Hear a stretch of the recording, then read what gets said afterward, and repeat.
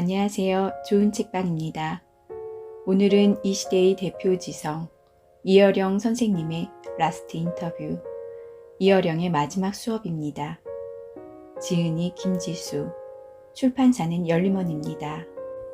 이 책은 오랜 암투병으로 죽음을 마주하며 살아갔던 이어령 선생님이 전하는 마지막 이야기로 다양한 주제를 넘나들며 우리에게 죽음이 생의 한가운데 있다는 것을 낮고 울림 있는 목소리로 전해주고 있습니다.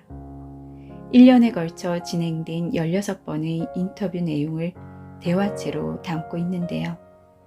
남아있는 세대에게 전하는 삶에 대한 가장 지혜로운 이야기, 이어령의 마지막 수업, 본문으로 들어가 보도록 하겠습니다. 나는 이제부터 자네와 아주 중요한 이야기를 시작하려 하네. 이 모든 것은 내가 죽음과 죽기 살기로 팔씨름을 하며 깨달은 것들이야. 이해하겠나? 어둠의 팔뚝을 넘어뜨리고 받은 전리품 같은 것이지. 이 생의 마지막 수업이 될 테니 가장 귀한 것을 주고 싶다고 했다. 어둠의 심연을 직면했던 현자의 눈에 파르르 지혜의 불꽃이 일었다. 예일대 교수인 셸리 케이건이 했던 유명한 이야기로 수업의 서문을 열었다.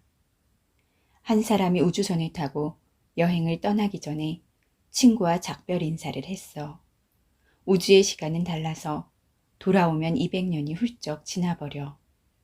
지구 시간으로는 마지막 만남이니 그게 결국 죽음인 거라.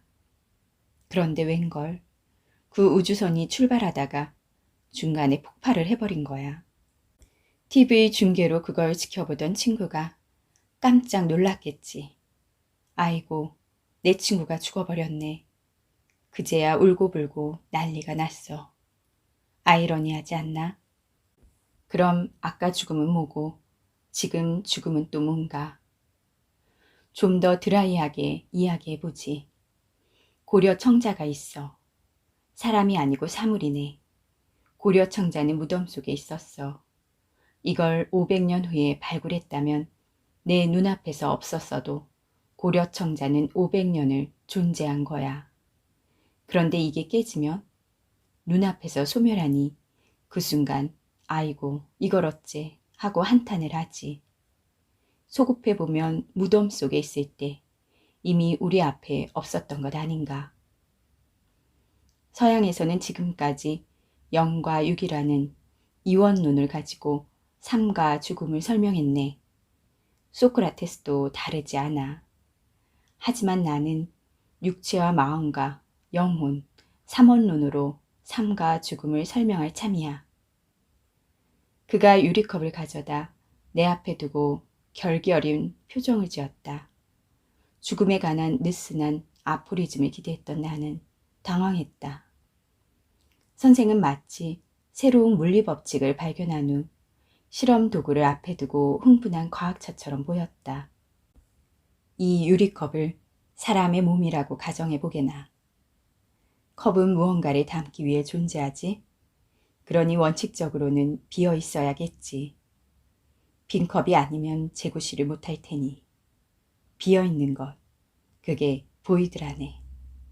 그런데 비어 있으면 그 뚫린 바깥면이 어디까지 이어지겠나. 끝도 없어. 우주까지 다. 그게 영혼이라네. 그릇이라는 물질은 비어있고 빈 채로 우주에 닿은 것이 영혼이야. 그런데 빈 컵에 물을 따랐어. 여기 유리컵에 보이차가 들어갔지? 이 액체가 들어가서 비운 면을 채웠잖아. 이게 마인드라네. 우리 마음은 항상 욕망에 따라 바뀌지. 그래서 보이차도 되고 와인도 돼. 똑같은 육체인데도 한 번도 같지 않아.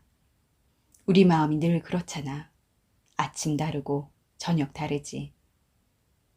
그런데 이것 보게. 그 마인드를 무엇이 지탱해주고 있나. 컵이지.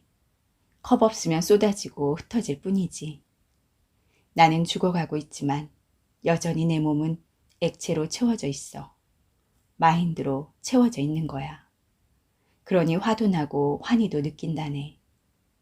저 사람 왜 화났어? 뜨거운 물이 담겼거든. 저 사람 왜 저렇게 쌀쌀 맞아? 차가운 물이야. 죽으면 어떻게 되나?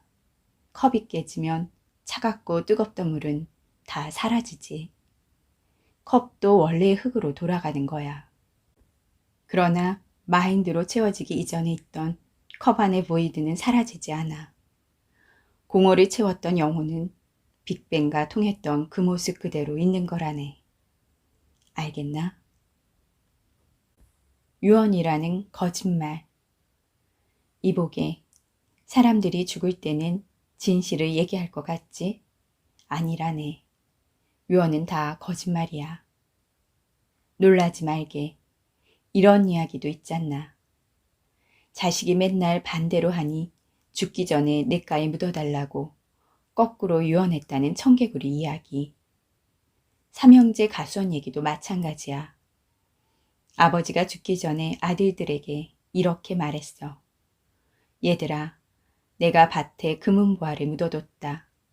열심히 파면 나온단다. 아무리 파봐도 돌멩이 밖에는 안 나와. 나중에 알았지. 가수원 사과나무에 싱싱한 사과가 열리고 난 후에야.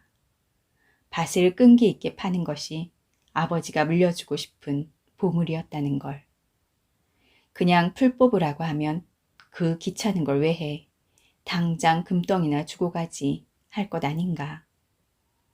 하지만 시간이 지나면 새록새록 보게 돼.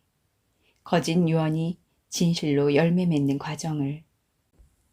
노름과 돈을 쫓아 밤낮 싸돌아다니는 아들에게 아버지가 죽기 전에 그랬지. 내 서재의 책갈피 군데군데 $100를 숨겨뒀다. 돈 필요할 때마다 책 펴서 찾아보렴.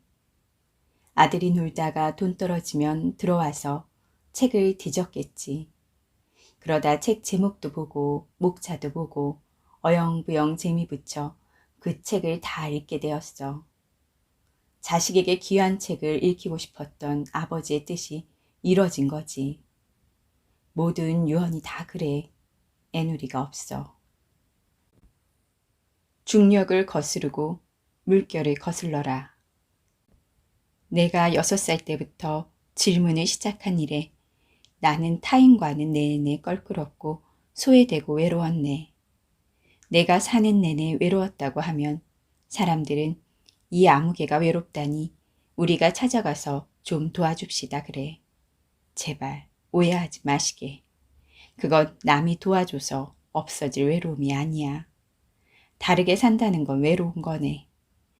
그 외로움이 모든 사회생활에 불리하지만 그런 자발적 유폐 속에 시가 나오고 창조가 나오고 정의가 나오는 거지.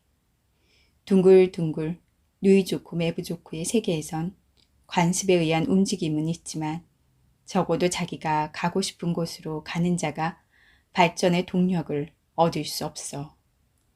타성에 의한 움직임은 언젠가는 멈출 수밖에 없다고. 작더라도 바람개비처럼 자기가 움직일 수 있는 자기만의 동력을 가지도록 하게. 100번을 말해도 부족하지 않아. 생각이 곧 동력이라네. 우리가 사는 세상은 중력 속의 세상이야. 바깥으로부터 무지막지한 중력을 받고 살아. 억압과 간섭의 압력으로 살아가기 때문에 생각하는 자는 지속적으로 중력을 거슬러야 해. 가벼워지면 떠올라야 하지. 살아있는 것은 물결을 타고 흘러가지 않고 물결을 거슬러 올라간다네.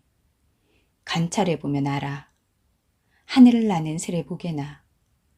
바람 방향으로 가는지 역풍을 타고 가는지. 죽은 물고기는 배 내밀고 떠밀려 가지만 살아있는 물고기는 작은 송사리도 위로 올라간다네. 잉어가 용문 협곡으로 거슬러 올라가 용이 되었다는 전설이 있지. 그게 등용문이야. 폭포수로 올라가지 않아도 모든 것은 물결을 거슬러 올라가거나 원하는 대로 가지. 떠내려 간다면 사는 게 아니야.